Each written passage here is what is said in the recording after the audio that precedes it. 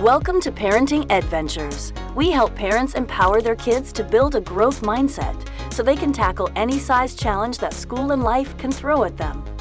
From grades to bullying and struggles at home and school, and everything in between.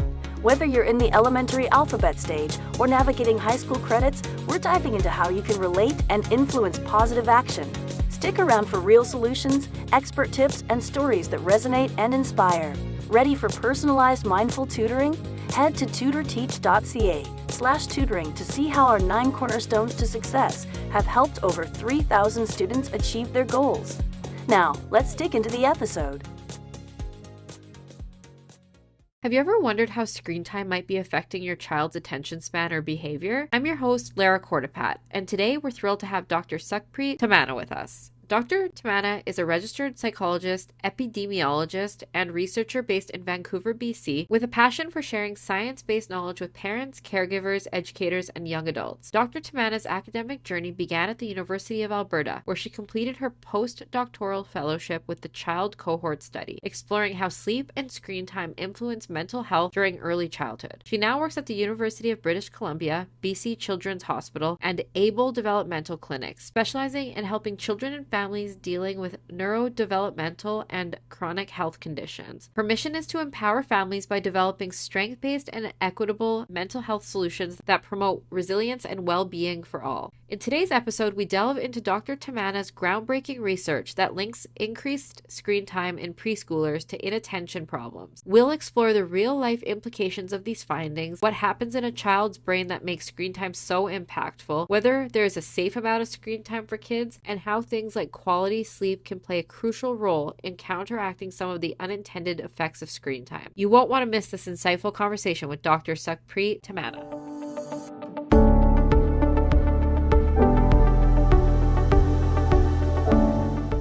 Thanks so much for joining us today. Can you start by sharing a bit about what led you to where you are today? What sparked your interest in studying the effects of screen time on young children? Oh, interesting. Thank you so much for having me on the podcast. I'm excited to be here. It's a really good question because I didn't set out to look at screen time in kids. I came across this work as part of my postdoc at the University of Alberta, where they were following 800 kids in Edmonton who had been recruited since their moms were carrying them in their tummies, and were following them every year up until 5 years of age. And I joined the study because they had all this wonderful data that they wanted to kind of start looking into to kind of learn a bit about, what happens with children's like growth and development, and what are some things that might kind of influence that, or things that we can kind of be mindful of. And so yeah, as I was working on this study, my early work kind of focused on sleep. And then we started to look at other factors that might be, beneficial or not so beneficial for kids' development. And so then I learned about these 24-hour movement guidelines. And so we have a really great researcher at the University of Alberta who was part of developing these guidelines. And so she kind of piqued my interest. And then I started to wonder, well, how good or accurate are these recommendations for parents? Are they over-recommending or under-recommending? And so I set out to look at the entire cohort of kids across Canada with the question of how much screen time is too much for a 3 to 5-year-old. So that kind of led me to look at this study that you invited me to talk about today. The fact that you followed those children for such an extensive period of time would have made the study really, really interesting. That's amazing. And so the study of those children, was that centered in Edmonton then? So the paper that we published was actually from kids across 5 different sites across the country. And so that included Toronto, Manitoba, Vancouver, and then Edmonton. Oh, I guess that's 4 sites, but you get the point. And so we were able to look at 2,500 kids by, combining all that data, because we asked the same questions across each of these sites about screen time use when the kids were 3 and 5, and about their kids' kind of social emotional development at 5 years of age. Very interesting. So in your study out of the U of A, you found that increased screen time in preschoolers is linked to worse inattention problems. Can you walk us through what that looks like in real life terms? How significant are these findings for parents of young children? Yeah, sure. So when we look at this like scientifically in the data, we're really looking at, is there an association between, you know, this factor, which was screen time, and then this outcome, which was parents reported behavioral problems at 5 years of age. And so it enables us to kind of see if there is like a link there. So we're not talking about causation between the two. We're just looking to see if there is some kind of relationship.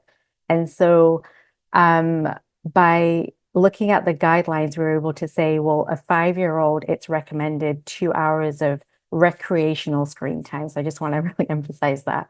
5 hours of doing their own thing on a screen or watching Paw Patrol, as every 5-year-old when I was doing this study was watching, and linking that to like, well, how do they behave in their day to day? And do parents notice like a difference in their behavior for the kids that were using the devices longer compared to kids that were using them for less time? And so in terms of like translating that into kind of day-to-day life, I think it kind of empowers parents to think about how much time does my kid spend on a screen per day? Am I noticing that my kid is like not focusing as much, is too drawn to their device, is having a hard time getting off their device when they're involved in other activities or other things that I want my kiddo to do? Are they not really focused or paying attention? Are they not really like listening or catching what I want them to do? Does my kid look a little bit different from other kids their same age as well? So, as parents, you get an opportunity to see how your kid is like at the playground or when they go to school or when they're at play dates with other kids. And it just gives you a way to kind of gauge and use that information to empower you as a parent when you're making decisions about how much screen time do I want to give to my kiddo, right? Do I want them on a device? If so, what do I want them to be doing with that device? And then how long is appropriate? And when you say device, does that include things like a Nintendo Switch, a Wii, like an Xbox or tablets, the telephones, the TVs? It's anything basically technology related? Yeah, I think like in the study, that's how we asked the question. So yeah, iPad, a computer, including television as well, because that's still a screen that they're passively watching, unless I don't know, they're watching something that's more interactive. Like for young kids, it would be like Dora, and I'm having to like use my brain to like interact with the screen, or Blue's Clues is another like really good show. It's a bit more interactive, but then passive screen time would be just having something where they're just drawn in. It's not really encouraging the kid to engage. But yeah, we're talking about like all kinds of devices. So, why do you think screen time has such a strong impact on attention and behavioral issues? What's going on in a child's brain or development that makes screen time have these effects? Um, it's interesting because like there isn't great data that kind of links like a causal effect between screen time and a child's behavior. But I think at that kind of age, like around 4 to 5 years of age, it's a really critical time in their development because kids are really looking at learning, acquiring these skills, and they really look to role models. So the adults or their kids. When they're on their device, they're not getting those opportunities to kind of interact with other kids or to learn from adults. And I think that's perhaps part of the story as to why they're like inattentive or struggling to kind of focus their attention is because everything is just so fast paced on a screen. And in the real world, it's a lot more slower and it's just harder for them to kind of engage and experience that in their development. So it's just such a critical time, I think. And perhaps that's why that effect seemed to be so strong at a young age when we looked at these results in our study. And with technology always evolving, the screens, I know I was talking to my kid's pediatrician, and she was saying that the amount of times the screen changes angles and viewpoints and things, it's so stimulating to a child's brain that also would contribute to that kind of overstimulation. Yeah, absolutely. And I would agree with that. But there's the overstimulation, but I also want parents like to not feel kind of stigmatized or concerned if they're giving their child a device because the child is actually finding it self-soothing, like it's calming them in a moment. And so we have kids that, we have like kids on a spectrum essentially in terms of what their needs are. And so having that device might be really kind of soothing and calming for them as opposed to overstimulating. So it's really kind of gauging what's happening for your individual child with the context of all this information. But yeah, absolutely. Like it's just too much going on at once, right? For such a young kid. Right. And obviously your studies, they come back with general terms, but there's always individual components that might not be covered in that, I would assume. Yeah, absolutely. Like in terms of like some of the limitations of the study, we didn't get an opportunity to ask parents because we asked them so many questions. Like there's like 20 or so questionnaires that the families fill out every year. So like hats off to the families that kept participating in this study or signed on for it to begin with before the kid was even born. But absolutely, we didn't get to ask about everything. And some of the things that we didn't get to ask about was like what kind of content is your kid engaging with on these screens? Because some content I would assume would be appropriate for a child. Like I don't have absolute scientific evidence to support that, but if they're doing something that's more learning and educational, I would think that that wouldn't be so detrimental to their development versus like something that's just more passive or fast paced or not really contributing to what's appropriate for their age. The technology starts getting woven into their education a little bit sooner now, too. Yeah, absolutely. So it seems that younger children are particularly at risk when it comes to screen time. Can you explain why that is? And as kids grow older, how do these risks change? Are the effects just different or less severe? Oh, that's interesting. Um, it's hard to say if kids at a young age are necessarily more or less susceptible than older kids because the research isn't quite there or hasn't been quite there. And one of the neat things about following a cohort of kids or a group of kids over time is that we get to go back and ask that question. And so the kids that I was analyzing their data from, they were 5 years of age then, but they're now, I think, 12. And so there's an opportunity to look at data that they finished collecting at 8 years of age and again at 12 years of age. So we'll be able to kind of answer that question, hopefully sometime soon in the future, a bit more accurately. I think that it's just different. I think that there's different stages in development. And so the effects of screen time on kids will look differently as they get older. The study in young kids really highlighted inattention. I think from some of the data that I've seen that maybe is not as robust, is not as like strong as the research that we did because it wasn't done with a big group of kids over time, kind of suggests that maybe inattention continues into adolescence, so it might not look differently.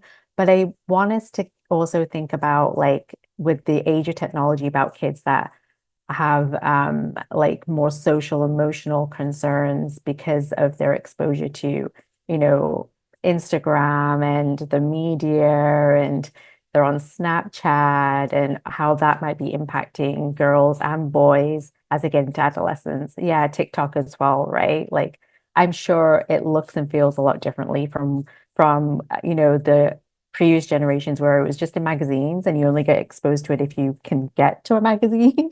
They're expensive and they weren't as easily available. The internet came, but there's parental controls were a little bit easier on a computer than a device. And then now we're getting into this age where, not only is it more accessible, but it's how teens are like choosing to interact with one another, right? And whether a social connection is and the impacts of that, right? You think about cyberbullying as well, like all these other things where, it might not be so much of the length of time when we get into the adolescent years on these devices. I think it's more about how they're spending their time, right? So if a kid is like gaming, that's a common question I get a lot in my practice. My kid's gaming for like 5 hours a day, and is that going to be bad for the development? I feel like it's really bad because I hear about all this screen time and behavioral problem data, and I'm like, well, if they're on there and they're using it as their social connection, then I would think that it's actually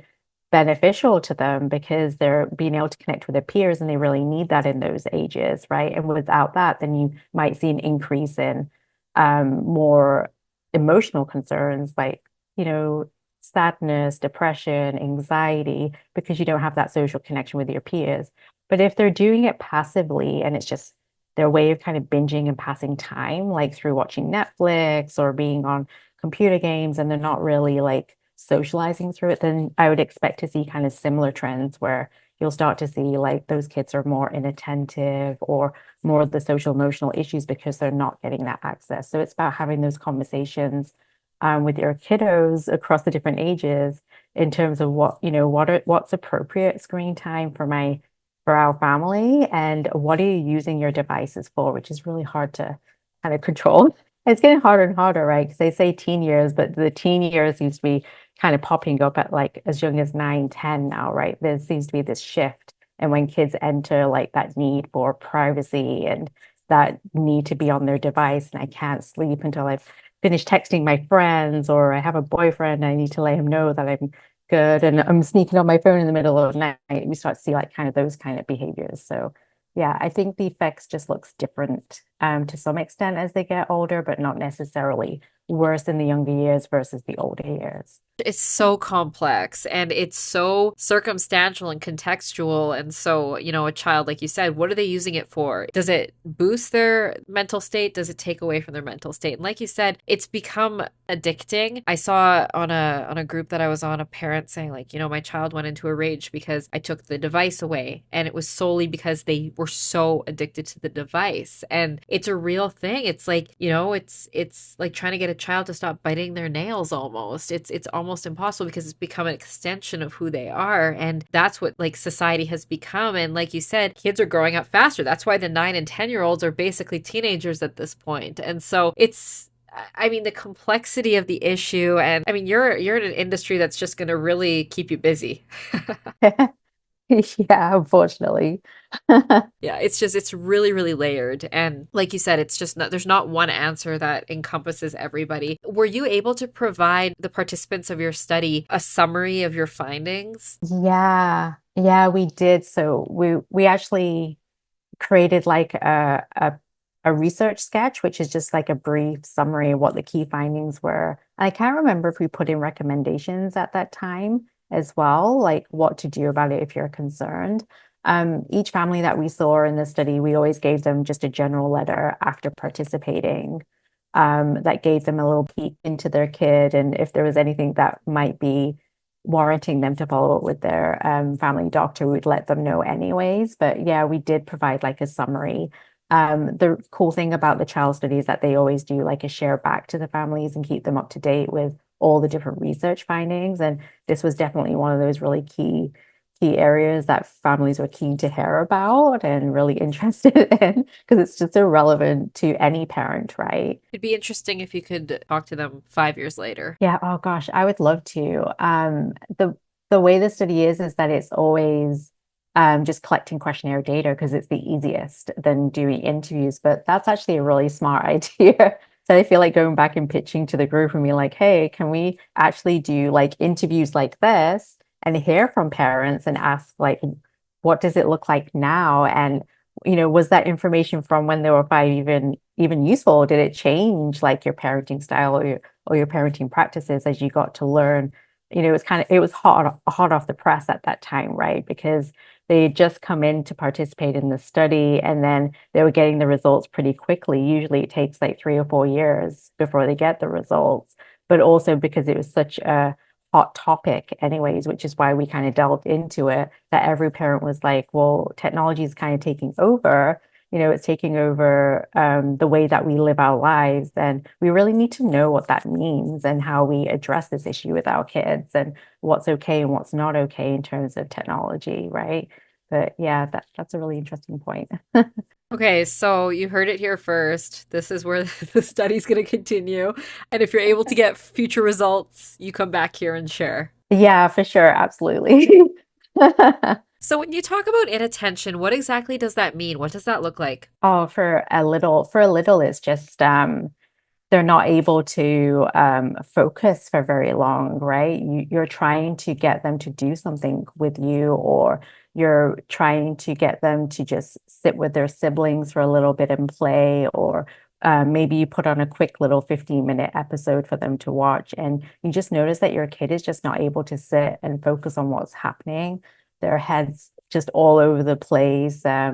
You might find them in that cupboard rummaging through things, and you're like, oh gosh, not this again. Like they haven't been doing that since they were like 1 or 2, and they're now 5 and they're back into that cupboard rummaging for things, having a hard time like finding things, more busy and on the go than other kids. That's kind of what we think of when we think of a kid that's inattentive, and more so than a child that's like their age. So we're always looking at that reference point of what's developmentally appropriate or what's appropriate for a kid's chronological age.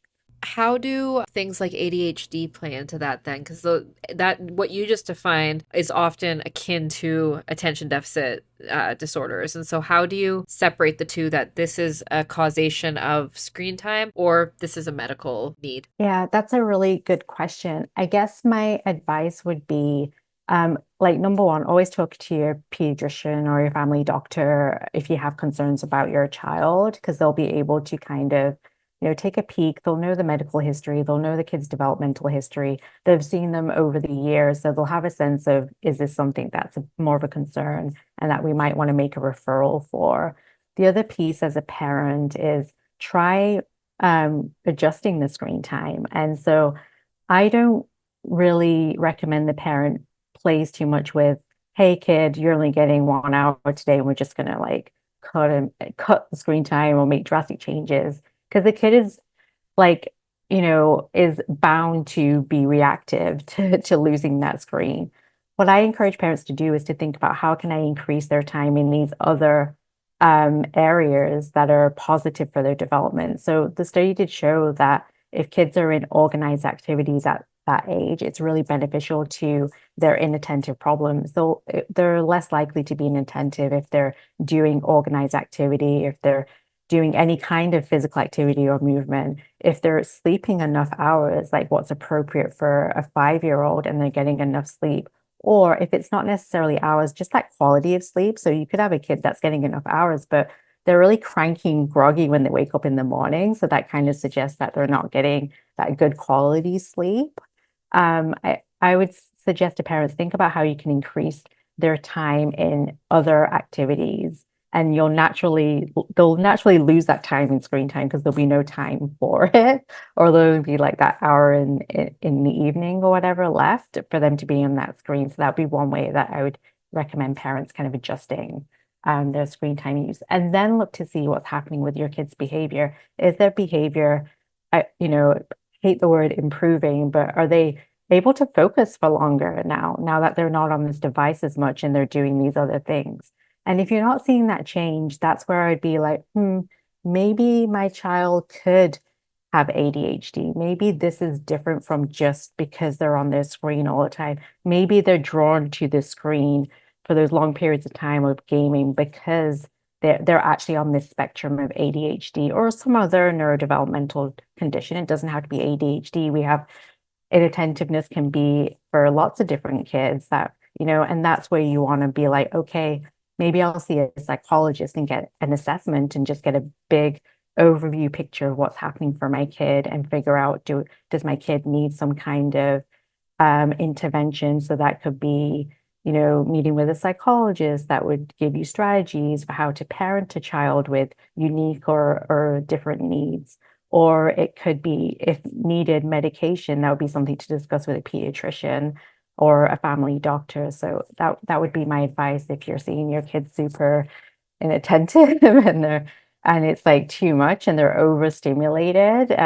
Just do the parenting thing, make those changes, monitor, and keep having those discussions with your family doctor. If your kid's at school by that age, go and speak to the teacher as well and say, hey, this is what I'm noticing about, little Jimmy at home. Are you noticing this too in school? Is Jimmy looking differently? And then that will give you like a bit more of a picture of what's happening for your kid. Yeah, that's great. And have you ever had parents say to you, well, I don't think my child has inattentive issues wherever they fall on the spectrum, because they can sit and watch TV for hours? It's interesting though. I've heard that, but then I've heard the reverse too, that my kid might have like ADHD because they're on their device too much, and that's all that captures their attention.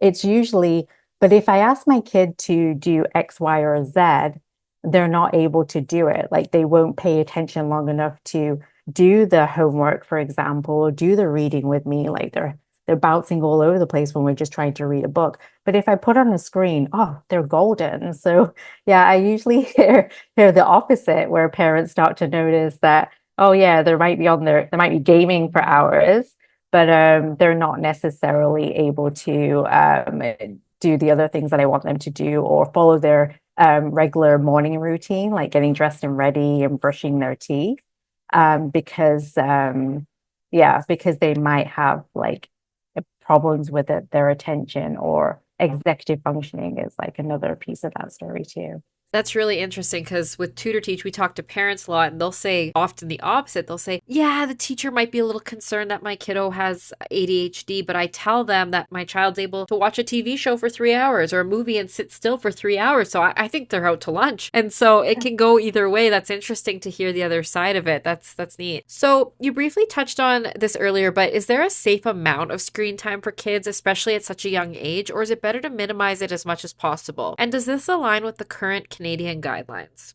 Yeah, and so the recommendations I'm going to make are going to be in align with the Canadian guidelines, just because we applied them in that study and kind of showed that if your kid is, 5 years of age and they're getting less than 2 hours of screen time per day, it didn't seem to have an effect on their development. So no concerns there. It seemed to align with the recommendations.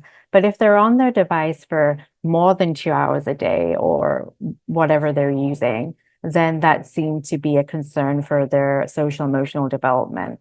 And so I guess my recommendation for families is, if they're on their devices for a couple of hours and no more than that, I wouldn't be concerned unless their behavior is suggesting something differently. Then you might want to adjust that time. But if they're on the device for more than the 2 hours, then yeah, you definitely would want to adjust that. So those recommendations are for school age kids, 5 to 17 years of age. If they're under 5, so I guess 2 to 4 years of age, or 2 to almost 5 years of age, then we start to recommend no more than an hour of recreational screen time per day. So the recommendation is a little bit differently. And recreational screen time is just really passively like watching it, just being very sedentary during your screen time. It's not including like that more interactive, or that time that you as a parent are spending with them as they're doing, like, I don't know, they might be reading a book on a device with you, or you might be doing an app together where they're learning their ABCs. Like, all of that is totally fine. So I wouldn't be too concerned about that. Is it better to minimize? I mean, you think the less screen time is beneficial for your kids' development. I would agree with like less is better, but I would also caution that to think about, well, how am I intending my kid to use their device too, right? So I won't want to say I'm not going to use any screens, but then my kid is missing out on an opportunity to do something really interactive and engaging that could be helpful for their benefit, because I just don't want them to be on a device. Like, we don't have to be like that restrictive. We just want to take the two pieces of information as a parent and think about what we want for what makes sense for our child. And are there any studies where maybe during the week where they've got school and they've got extracurriculars and some homework that may or may not be done on a computer or things like that, maybe they're only able to fit in 45 minutes, but over the weekend when they get more downtime, they're able to fit in a 2-hour movie and then maybe take a break and play a game. So is it an average of 2 hours per day, or is it like, by the guideline, 2 hours per day? That's where we're at. I would say like an average of 2 hours per day, but not including the time that they spend on their device in school. So this would be in addition to how much, yeah, because imagine it like homeschool, for example, during the pandemic, especially if your kid was on their computer all the time for school purposes. I wouldn't factor that in as counting as part of their screen time exposure, or 6 hours on a screen for class was too much for a kid in those school ages at all, because they're learning and it's more interactive. And I think that's the critical piece here when we're thinking about that screen time use. But if it's, additional screen time that's more passive, then I really recommend that parents try to follow those guidelines, but also considering like how it's impacting my child. So maybe you do have a kid where 2 hours is too much. That 2 hours of watching a movie is too much time on their screen. It is affecting their behavior. They are showing signs of, I just don't want to let go of my device, and I'm getting up in the middle of the night to try and get to my iPad because I really need it. When you start to see like those types of behaviors, then that's when we want to like make that kind of parental judgment that maybe the 2 hours is appropriate for most kids, the average kid, but not for my kid. So I might want to hone that back even more. So there's almost like a mindful use of technology where it's more academic and educational and purposeful, and then there's a mindless use of technology where it's passive is really a great word to describe it, where you're just passively watching something on the screen or kind of droning along with whatever technology is put in front of you. Is that kind of a fair way of explaining it? I would say so. Yeah. I mean, there's even data that shows just having that television on in the background is not beneficial for a kid's development. And so, and that would count into passive. And I think it affects the way that they can attend to what's happening, right in front of them, because they have this constant kind of noise in the background from the TV that's occasionally drawing them towards it and not. So like for young kids, it's not uncommon to have the TV on at home and they're playing at the same time. But it's probably better that they have this a little bit more structure where they have that time where they're watching their show and then they have that time where they're playing without the screen on in the background. But yeah, I like the way that you said mindful, being mindful, a mindful parent about how they use or how much time they spend on their screens is probably the best advice. The science is still kind of new in this area, and we still don't have like clear recommendations. But there was a really great like meta-analysis is where a group of researchers takes everyone's studies that have been done in like the past, I don't know, 5 or 10 years, and then they say, what is the evidence from everyone's work and not just this one paper? And then they made some recommendations from there. And some of the recommendations that came out of that was choosing like really high quality screen time or really high quality content, using the screen together as much as possible with your kid as their parent, or sibling to child can work too, right? Sometimes if there's quite a bit of an age gap, that can work as well, same way. They also recommended not using devices during like dinner time or family time or during the bedtime routine. That would be a critical time where we don't want to hone back on device use. Again, like avoid having it on in the background. They said to also be careful about using screens to calm your kids. So in that instance, it's where a kid is like having a tantrum, having their moment. I don't know how to respond to this right now. Here's the device. That will make you feel better. It will stop this tantrum, this screaming. I just can't deal with this. And so the recommendation was to try and find like different calming strategies that you kind of teach your kid that they can do in that moment. And instead of giving the device, and then, there are moments where the device is maybe the very last thing that you give to your kid before trying these other things. So it's not used as a babysitter. You don't want to use it as a babysitter. You want to have some intentionality behind the use of screens. Yeah, absolutely. Yeah. And I think because especially young kids are really susceptible to the way that we use our devices as adults, because they're really learning based off role models, right? So how things are modeled to them. And so, us as adults, just like being really mindful about if we're on our device all the time, that's what our child's learning. Unfortunately, they're learning to be on their device all the time, and they don't really have that cognitive ability to understand that, oh, mom's on their device because she's doing work. when they're really young, they're role playing, they're copying you. Well, I'm going to do my work too, right? You see the young kids and they don't really quite kind of connect the two things together. So it's really important that we're mindful about when we use our devices, and so these important family moments, like having like that no device at the table during lunch, is a really good way to kind of introduce that we're setting these boundaries, and it's a family boundary and not just a you thing, so that they're able to kind of learn a more healthy relationship with technology. I think we can all benefit from that even as adults, right? Because, just that healthy relationship with technology, how we use it when we use it, so that we're not overly connected or tuned into it all the time. So, where does sleep fit into all this? We all know, especially as parents, the power of a good quality sleep for our kids. Can you talk a bit about how good sleep can counteract some of the unintended effects of screen time? How important is sleep in this whole equation?